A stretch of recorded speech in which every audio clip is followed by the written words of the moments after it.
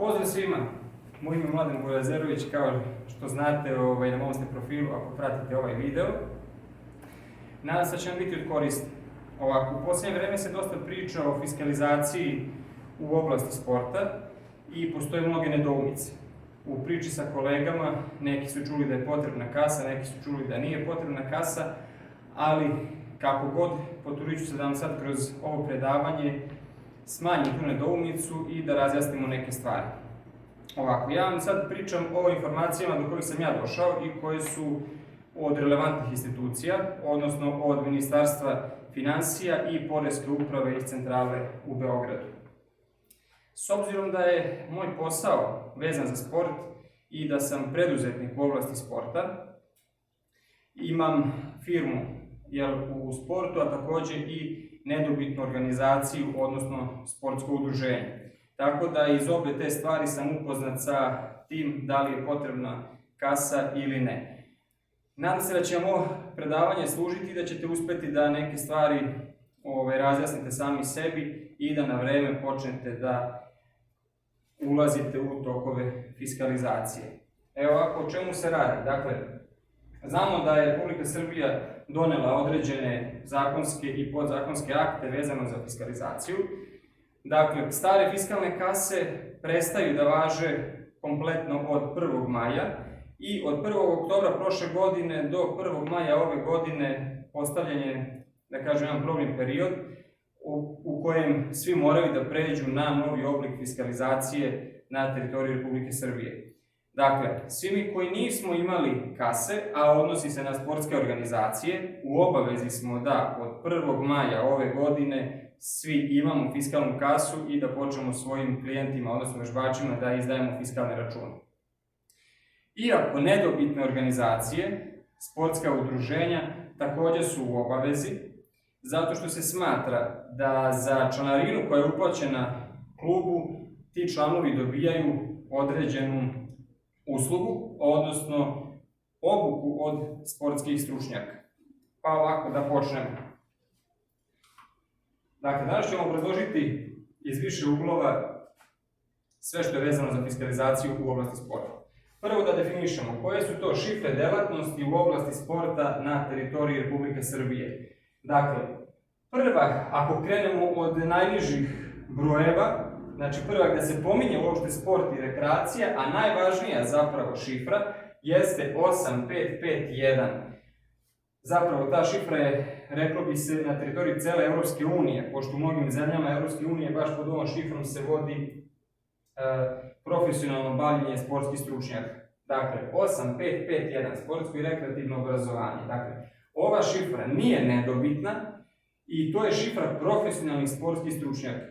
Tu spadaju kompletno obuke, znači ne samo obrazovanje koje se pominje u imenu, nego kompletno sportsko-rekreativne obuke.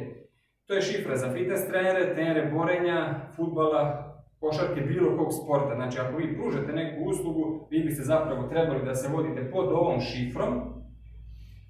Dakle, sledeće šifre, to su 93. Od 9.3 onda oni imaju svoje podstavke, 9.3.1.1, delatnost sportskih objekata, znači tu ulaze sportski centri, teretane, dvorane i ostalo. Dakle, to je samo šifra objekta, u nju ne ulazi obuka i slično.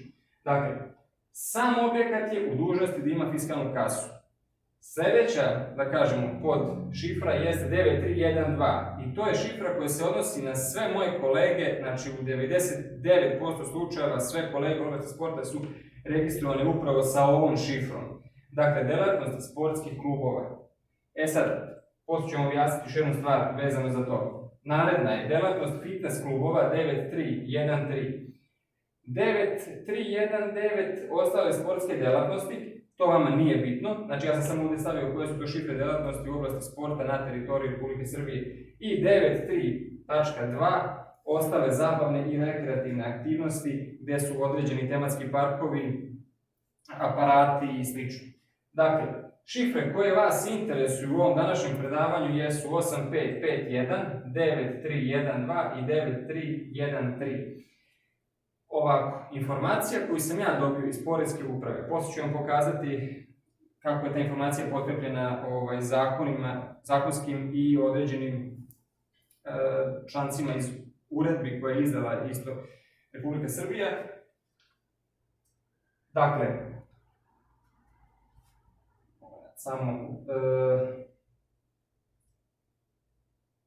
kao sportski klubovi vi primate članarinu. Kažemo, smatra se da za tu članarinu vi pružate određenu uslugu. E sad, članarina kao članarina ne potpada pod fiskalizaciju. I tu je nastala mala zabuna. Dobar broj mojih kolega me upravo kontaktirao sa tim mišljenjem i sa starim izvodima koji su i dalje dostupni na sajtovima, što Ministarstva financija, što Poreske uprave i slično. I kažemo, to je glavna zabuna do koje je došlo. Kako oni to tumače? A to je posle i definisano, vidjet ćete posle u uredbi koju je izdala Poreska uprava. Dakle, ukoliko vi primate članarinu, primjera radi, kao strukovno udruženje, udruženje penzionera, penzionisanih policijskih lica i slično, dakle, smatra se da vi primate tu članarinu kao članarinu, ali ne morate da pružate svojim klijentima nikakvu uslugu za to. Ok, dakle, i te šifre čak i nisu navedene u obavezi za fiskalizaciju, ali negdje ih čak i ima, i tu ako ih ima, dakle, ta članarina ne potpada pod fiskalizaciju, ali ono što potpada jeste definitivno 9.3, to ćete posle vidjeti da je tačno navedeno, dakle, šifra 855, dakle, 85 čisto, gde se odnosi samo na obrazovanje, ne potpada pod fiskalizaciju. Ali je tačno u zakonu navedeno, znači 8.5 ne potpada, osim šifre 855, gde ima i ovaj broj 8551, sportsko i rekreativno obrazovanje, gde je striktno naglašeno da je obavezna fiskalizacija, kao i kod sportskih delatnosti, odnosno delatnosti fitness i sportskih klubova. Dakle, definisali smo sad koje su to šifre delatnosti. Dakle, s obzirom da zakon nas prepoznaje kao ljude koji pružaju određene usluge svojim klijentima, mi smo u obavezi, iako primamo članarinu, da izdamo fiskalni račun. U pravilniku o klasifikaciji šifri delatnosti vidjet ćete gde se pominje 9312, delatnost sportskih klubova. Pošto se možda ekran dovoljno ne vidi na snimku, ja ću vam pročitati, dakle, gledajte ovako. Obuhvata rad sportskih klubova koji, bilo da su profesionalni, poluprofesionalni ili amaterski, omogućavaju svojim članovima da se bave sportskim aktivnostima. Fudbalom, kuglanjem, plivanjem, boračkim veštinama i tako dalje. E sad, šta ta šifra ne obuhvata? Ne obuhvata sportsko podučavanje koje obezbeđuju treneri u delatnosti 8551. Dakle, pa to čak ne obuhvata ni ovo rad sportskih objekata koji je pod 9311. Dakle, postoji nekoliko šifara pod kojim se definiše rad u sportu. Mnogi to i dan danas ne shvataju, ali kako vreme ide, zapravo neke stvari će se jasno definisati i morat ćete početi da koristite sve ovo. Dakle, vi ukoliko imate svoj objekat u kojem ste 24 časa, znači on je namenjen za sportsku ili rekreativnu aktivnost, vi morate imati taj objekat registrovan pod šifrom 9311, rad sportskog objekta. Pa sledeći stadijum registracije bi trebao da bude 9312, delatnost sportskog kluba. Vi sad imate objekat ili vaš klub se zove Šampioni, primjera radi. Dakle, vi sad morate da imate i registraciju na konto kluba koji koristi usluge tog objekta. Ako ste vi u svom objektu, recimo imate svoj objekat, dakle prvo morate njega registrovati 9311, pa 9312, vi ste sad registrovali klub kao klub, ali i dalje nemate pravo da pružate bilo kakve usluge ako nemate registrovano 8551. Dakle, klub kao klub, okupilo se nas 10 koji smo članovi, došli smo tu, dižemo neke tegove, svako za sebe i to je to. I prema zakonu, sportskoj inspekciji i slično, tu se priča završava. Ukoliko postoji trener koji pruža određenu obuku, određene informacije, vodi stručni trening i slično, onda ste u obavezi da imate i ovu šifru registrovanu koja je 8551, sportsko podučavanje koje obezbeđuju treneri.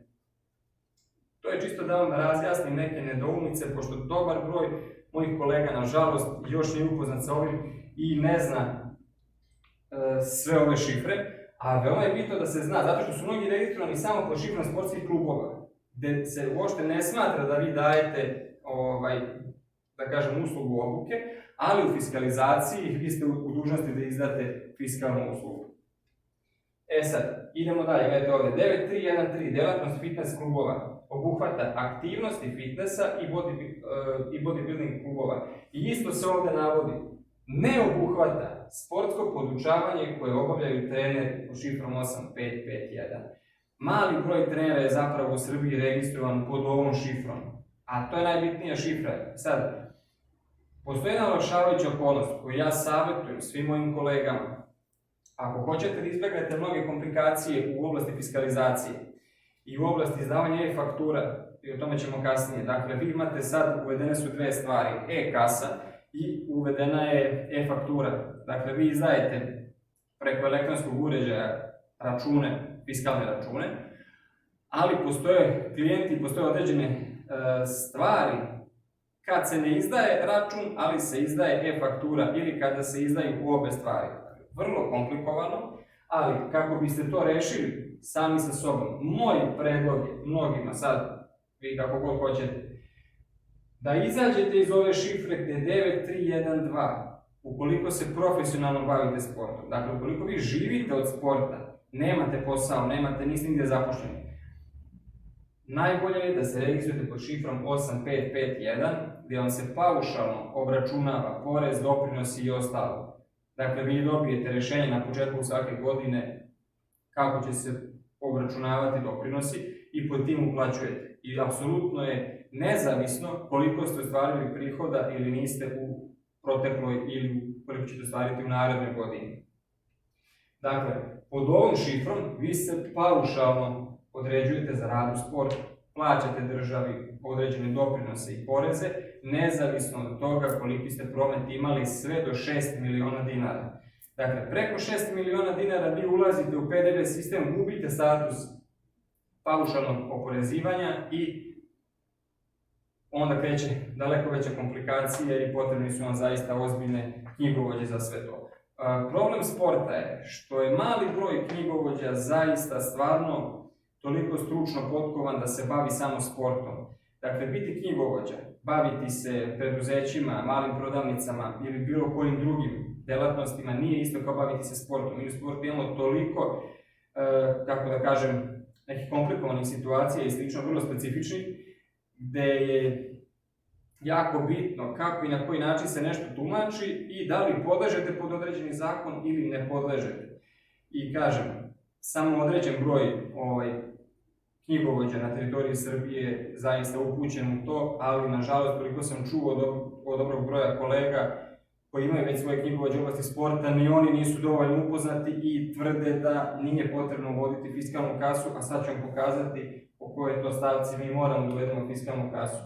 Ovo su uredbe koje su donete prošle ili ove godine, vidjet ćete, to je uredba o utvrđivanju programa finansijske podrške obveznicima fiskalizacije za usklađivanje poslovanja sa zakonom kojim se uređuje fiskalizacija, znači Službeni glasnik Republike Srbije, 95/21. Imate onda uredbu o određivanju delatnosti kod čijeg obavljanja ne postoji, to je ovaj dokument koji ja upravo držim kod sebe i što ću vam pročitati sad jedne bitne stavke. Imate zakon o fiskalizaciji koji tačno određuje ko mora da bude fiskalizovan, kako se to uvodi, kad se uvodi i šta moramo da obavljamo. To je isto objavljeno u Službenom glasniku Republike Srbije, pa jeste broj iz 2020. pa dopunjeno izdanje 2021. pa pred kraj 2021. I posle imamo ovaj dokument koji je izašao 4.1.2022. Dakle, najnoviji dokument koji imate na sajtu Poreske uprave i koji definiše bilo koju nedoumicu u oblasti sporta. Dakle, delatnosti koje su oslobođene obaveze evidentiranja prometa preko fiskalne kase, a koje imaju obavezu evidentiranja prometa na malo preko elektronskog fiskalnog uređaja. Pa ovako, da pogledamo. Ovde, među stavkama, kao što možete vidjeti, delatnosti za koje, saglasno odredbama nove uredbe, počev od 1.5.2022. godine, postoji obaveza evidentiranja prometa preko elektronskog fiskalnog uređaja, a po staroj uredbi su bile oslobođene, su sljedeće. Dakle, sad je lista delatnosti koje su bile nekada oslobođene, ali više nisu i moraju da uvedu fiskalizaciju od 1.5. Znači, ovaj dokument imate na sajtu Poreske uprave i vrlo je relevantan, kažem, izašao je 4.1.2022. godine.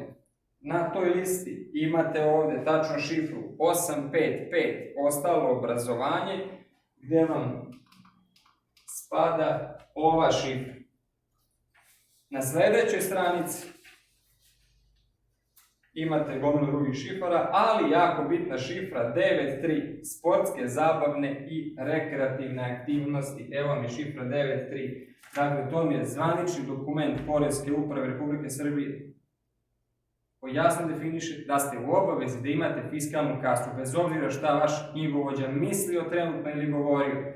Dakle, članarina kao članarina ne potpada pod fiskalizaciju ukoliko se smatra da za tu članarinu vaši članovi, klijenti i ostalo ne dobijaju nikakvu uslugu. Čak i da se smatra da ne dobijaju nikakvu uslugu, vi kao sportsko udruženje ste u obavezi da imate fiskalni račun. Da li ćete vi izdati fiskalni račun za članarinu ako smatrate da nema potrebe ili nećete? Znači, da li nećete ili hoćete, to je vaša stvar, ali vi kasu morate da imate. Zašto sam objavio ovaj video i zašto vam upravo sad pričam o ovome? Zato što želim da pomognem kolegama koji će se naći u ozbiljnom problemu. Država daje subvenciju u iznosu od 200 € za nabavku fiskalne kase samo do 31. januara. Dakle, od 31. vi ste u obavezi svakako da je kupite i da počnete da je primenjujete od 1.5. ove godine. Nabavka, hoću da kažem, aplikacija za subvenciju nije jednostavna. Dakle, morate otići kod nekoga koji ima overen elektronski potpis ili ukoliko to sami obavljate. Postoje firme koje čak za određenu nadoknadu tipa 1200-1500 dinara obavljaju to u vaše ime, ali ukoliko već imate elektronski kvalifikovani potpis, sertifikat, vi onda možete preko e-porezi portala da aplicirate za subvenciju, ali pre toga morate znati još jednu stvar. Dakle, mi imamo samo još sledeću nedelju za podnošenje prijave za subvenciju države, ali to nije jednostavno da vi aplicirate sad i sutra dobijete sredstva. Dakle, vi imate tamo 3 stavke koje morate da popunite. Imate prvo obrazac u kojem podnosite prijavu vašeg poslovnog prostora. Vi podnosite prijavu za poslovni prostor, navodite tačnu kvadraturu koju imate. Kad dobijete potvrdu za to, a to se čeka 24 časa, dakle, kad dobijete potvrdu za to, vi tek onda aplicirate da dobijete vaš zaštićeni kod u obliku SIM kartice, znači ima to tačno svoj naziv kako se zove, možda sad nisam tačno potrefio stručno, ali to je to. Dakle, to je jedna kartica u obliku SIM kartice sa vašim kodom i tu karticu posle ubacujete u fiskalnu kasu i ona je direktno preko tog koda i internet veze povezana sa Poreskom upravom. Dakle, šta je zadatak fiskalne kase? Jeste da vi više ne popunjavate onu takozvanu KPO knjigu, već izdajete fiskalni račun i kompletno celo vaše poslovanje će biti bukvalno na 1 ili 2 klika dostupno Poreskoj upravi. Dakle, Poreska uprava će moći da vas kontroliše kako vi poslujete tokom cijele godine na kontu uz pomoć te e-fiskalne kase. Dakle, kažem vam, nije jednostavno, probajte već od ponedeljka, aplicirajte i dobijete sredstva. Nekome 200 € možda nije mnogo, nekome jeste, ali ako već država daje neku subvenciju, šteta je ne uzeti. Dakle, vi imate 3 postupka i sve se čeka dan, 2 da se odobri. Poslednja stavka se čeka 4 dana. Dakle, vi već tamo dolazite do 31. do ponedeljka, neradni dani se ne računaju, zato vam skrećem pažnju i zato sam sad upravo danas objavio ovaj snimak da biste stigli da u što kraćem roku obezbedite ta sredstva da nabavite fiskalnu kasu. Dakle, uredba koja je izašla 4.1.2022. tačno definiše da su šifre 855 i 93 sa svim ovim pod člancima u obavezi da uvedu fiskalnu kasu. Tako da požurite i nemojte prosto prepustiti da dođete do toga da plaćate neku kaznu. Ono što bih još pomenuo u okviru cijele ove priče jeste nešto što mnogi čak i u poreskoj upravi ne znaju, to je plaćanje ekološke takse, odnosno ekotaksa. Ekotaksa je uvedena još 2020. ili 19. nemojte me baš držati tačno za reč.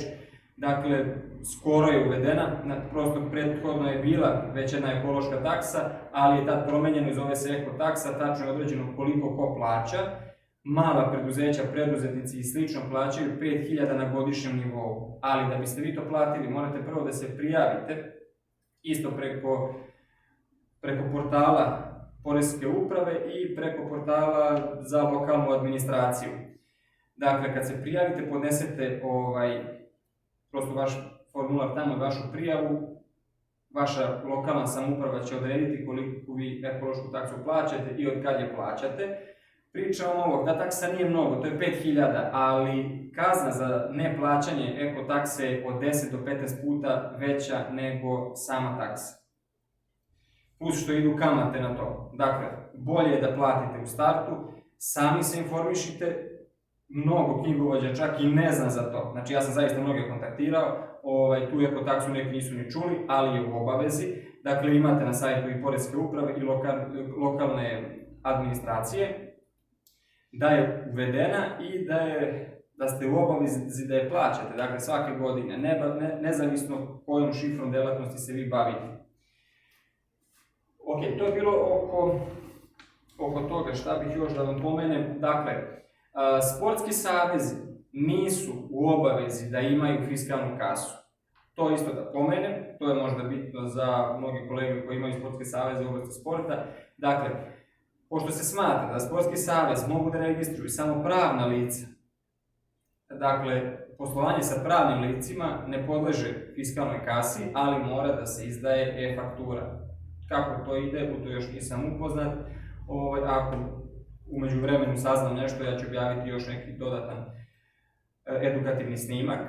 Ali kažem, dakle, sportski savezi nisu u obavezi da nabave fiskalnu kasu, osim u slučajevima, to je isto tačno striktno navedeno u ovim uredbama, ako se savez bavi izdavanjem licenci, odnosno nacionalnih dozvola za rad, određenim edukacijama, seminarima i sl.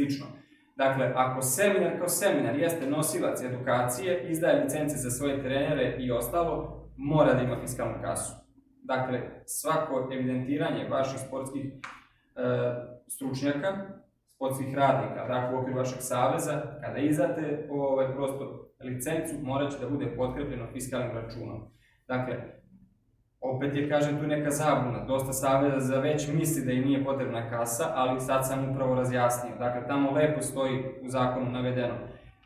Poslovanje sa pravnim licima, a savez osnivaju samo pravna lica, ne mora, znači, rad sa pravnim licima ne mora da se evidentira preko fiskalne kase, osim u slučajevima ako savez izdaje određena dokumenta i slično za što se traži određena novčana nadoknada. Zato se dobro informišite, pritisnite vaše knjigovođe prosto, ali i sami se informišite zato što niko za vas neće posebno da se angažuje, a vi posle plaćate kaznu ako niste uradili sve u skladu sa zakonom.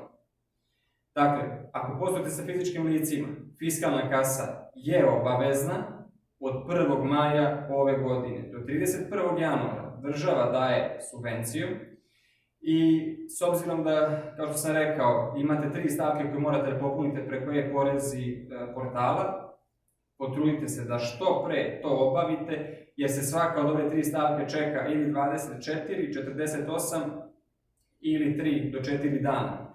Dakle, da biste sve to stigli, prosto treba što pre krenete sa tim, jer 31. je već drugi ponedeljak od danas. Nadam se da sam uspeo da vam razjasnim neke stvari. Dakle, kao što sam pokazao u ovom dokumentu i ovdje što je napisano, vaša šifra pod kojom se vi bavite jeste u obavezi da ima fiskalnu kasu.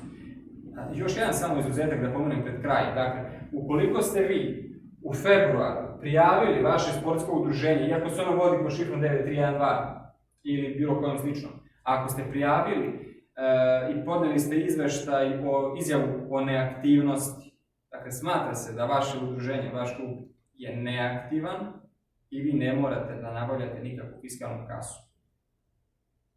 Ok, dakle, ukoliko je udruženje zvanično, formalno, neaktivno, podneli ste prijavu u februaru poreskoj upravi izjavu o neaktivnosti, ne morate nabavljati fiskalnu kasu, ali od onog momenta kada udruženje formalno pred zakonom postane aktivno, mora da ima fiskalnu kasu kod sebe. I isto tako, dakle, još jednu stvar samo da napomenem, dakle, ukoliko ste sportski klub, preduzetnik u sportu ili bilo šta slično, i radite na 3, recimo, lokacije različite, radite u 3 različite teretane, vi ste u dužnosti, imate, i tu imamo 2 informacije, nisu baš potpuno usaglašene, ali čisto da znate, neki tvrde, dakle, iz poreske uprave, ja pričam sve o relevantnim institucijama koje treba da daju informacije, nažalost, ni oni u većini slučaja ne znaju šta i kako, pa daju nekad totalno dijametralno suprotne stavove, ali sljedeći, dakle, vi možete kada aplicirate za kasu i kad podnosite tamo PGJO obrazac gdje navodite vašu adresu, prostor, kvadraturu i slično, da stavite pod stavkom 2, tamo ne piše ništa, ali u dokumentu koji skinete sa poreske uprave je tačno objašnjeno šta je 1, šta je 2, šta je 3, jer tamo samo stoje brojevi. Pod 2 vam je pokretna kasa. Ukoliko ste vi fitness trener borenja ili slično koji ide iz prostora u prostor i drži treninge, možete da podnesete pod brojem 2 za pokretnu kasu koju ćete uvijek nositi uz sebe, ali u toj kasi uvijek morate imati pristup internetu i ukoliko se pojavi neka inspekcija, vi tu kasu morate imati kod sebe. Kažem, to je ako prijavljate pokretnu kasu. E sad, druga stvar koja je isto, ako imate 3 lokacije vašeg kluba i nebitno da li vi tu salu delite sa još nekim, također postoji to tačno uredba u zakonu, da ste u obavezi da imate statičnu fiskalnu kasu za svaki objekat u kojem se nalazi. Dakle, bez obzira što je taj objekat, da kažemo, u dogovoru sa još nekim, dakle, vi kao pravno lice koje pruža neku uslugu, u dužnosti ste da imate fiksnu fiskalnu kasu baš za taj objekat u kojem. Dakle, ako imate 3 sale, onda morate imati, nažalost, 3 fiskalne kase, što je velika stavka. Ili da predate kao pokretnu kasu, mada je to potpuno nedefinisano, dakle, dobio sam potvrdu iz Ministarstva financija i poreske da mi je moguće da se uvede pokretna kasa, ali onda dole gdje stoji kvadratura, vi pišete kvadraturu vaših kola i u dodatku gdje piše dodatno, u tom formularu upisujete registarsku tablicu vašeg vozila. Znači, ta pokretna kasa jeste planirana za, recimo, prodavce kokica, sladoleda i slično koji na ulici iz svog automobila ili bilo kog motornog vozila pružaju neku uslugu. Također će se pod tim smatrati i vodoinstalateri, mehaničari i slično koji po pozivu idu i rade na terenu, ali, kažem, tu je još mala nedoumica da li treneri koji rade u 2-3 objekta mogu da imaju pokretnu ili fiksnu kasu. Zato što je ta stavka sa fiksnom kasom tačno definisana da ukoliko delite objekat sa više lica na više lokacija, vi morate imati za svaki objekat po jednu kasu. Evo još jednu stvar, samo što želim da pomenem pred kraj ovog video snimka, jeste da mnogi, kako da kažem, provajderi, dakle MTS, A1, Telenor i slično, uzeli su jednu malo, kako da kažem, ružnu stvar. Uveli su 24 mjeseca ugovornu obavezu. Dakle, oni vas vezuju sa 24 mjeseca ugovornom obavezom da biste kupili kod njih uređaj, plaćali mjesečnu nadoknadu i slično. I to nije baš toliko ni mala stavka, 2000 i nešto dinara iznosi na mjesečnom nivou ako dobijete subvenciju od države. A ako ne dobijete subvenciju od države, onda vi taj uređaj plaćate svakako od nekih 23-4 hiljade pa sve do 40 i nešto, sve zavisi šta vama treba od uređaja. Ali, kažem, taj najjeftiniji sa plus PDV-om i to izađe nekih 28.000, znači 24 izađe najpovoljniji, pa dodate PDV, to vam je nekih 28-29.000. Zato, kažem, ne bi bilo loše da uzmete prosto od države tu subvenciju koju država pruža. I dakle, ako držite na 3 lokacije, država će vam dati subvenciju samo za jedan uređaj, da znate. Dakle, ostala 2 uređaja, ako nabavljate, morate iz svog džepa. Toliko o tome. Stavit ću vam u komentar samo još jednu firmu koja nudi isto fiskalne uređaje po dosta nižoj ceni, koja nudi mjesečnu nadoknadu također po nižoj ceni i ne traži ugovornu obavezu kao velike firme koje sam već pomenuo.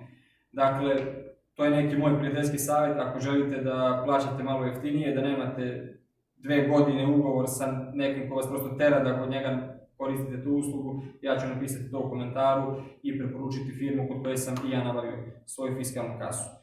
Toliko od mene, nadam se da sam vam pomogao, ovaj snimak će ostati na internetu da možete da pregledate i nadam se da će mnogima pomoći. Ako imate bilo koje pitanje, pišite u komentaru ili mi se javite prosto direktno preko Messengera, inboxa, maila i sl. Hvala vam puno na pažnji i vidimo se. Sve najbolje.